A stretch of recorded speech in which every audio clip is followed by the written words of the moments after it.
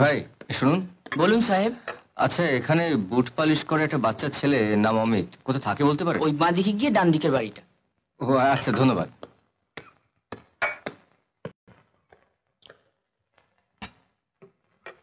আপনি কি কাউকে খুঁজছেন? হ্যাঁ, ওই বুট পালিশ করে একটা বাচ্চা ছেলে, নাম অমিত, ওকেই খুঁজছিলাম। তাকে আপনার কি দরকার? একটু দরকার ছিল। যা বলার আমাকেই বলুন। অমিত আমার ভাগ্নে। ভাগ্নে? হ্যাঁ, অনাথ আশ্রম থেকে পালিয়ে এসেছিল। আর আমিও এক অনাথ। ভাগ্যচক্রে দুই অনাথের এক জায়গায় দেখা হয়ে গেল। অমিত কি এখন বাড়িতে আছে? না, এখনো ফেরেনি।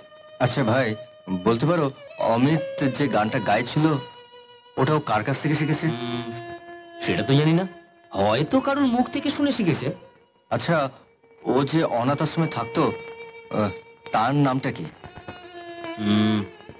সনাতনপুর অনাথ আশ্রম। সনাতনপুর অনাথ আশ্রম। বুঝলে বোন, সে এক পাগল ভদ্রলোক এসেছিল। তার প্রশ্ন হচ্ছে অমিত কার কাছ থেকে গান শিখেছে। আরে লাউ ঠেলা, দুবেলা ভাতের পয়সা জোটে না, তার উপর আবার গানের মাস্টার।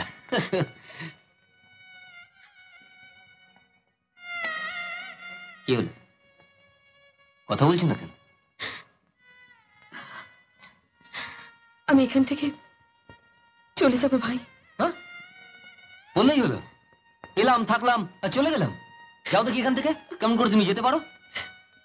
আমাকে যেতেই হবে, আজ নয়তো কাল আমাকে যেতেই হবে ভাই। তোমার কি মাথা খারাপ হয়ে গেল নাকি? যে লোকটা আজ এসেছিল, আমি জানি সে আবার আসবে, বারবার আসবে। আরে আসবে তো, হয়েছে নাকি? কোনো একটা উল্টো পাল্টা কথা বলে এক ঘুষিতে নাকটার ফাটিয়ে দেবো। না না না না ভাই, তুমি ওকে কোনোদিন কিচ্ছু বলবে না। বলবো না কেন? গোপন আমি কোনোদিন কিছু করিনি, আজও করব না।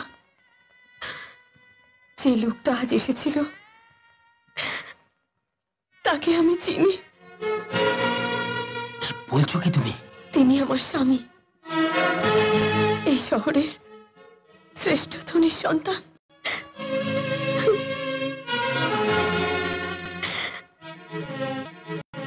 হায় ভগবান, এই কথা তুমি আগে আমাকে বলনি কেন? আরে দাও দাও, ঠিকানাটা দাও, এক্ষুনি আমি ওকে গিয়ে নিয়ে আসছি। না ভাই, ওই গানের সূত্র ধরেই আমাকেও খুঁজছে। আমি জানি প্রায় 1 যুগ ধরে আমার জন্য অনেক দুঃখ, কষ্ট, যন্ত্রণাও সহ্য করেছে। আর না, আর না, আমার সুখের জন্য আমি ওর জীবনটাকে আর বিষিয়ে দিতে চাই না। আমি চলে যাব, আমি অনেক দূরে চলে যাব। তুমি মরে যাবো, আমি মরে যাব। তুমি মরে যাবে? তুমি মরে যাবে না? আমি বেঁচে থাকতে তুমি মরে যাবে? আমি বেঁচে থাকতে কোনোদিন তোমার কিছু হতে আমি দেবো না, কোনোদিন কিছু হতে দেবো না আমি।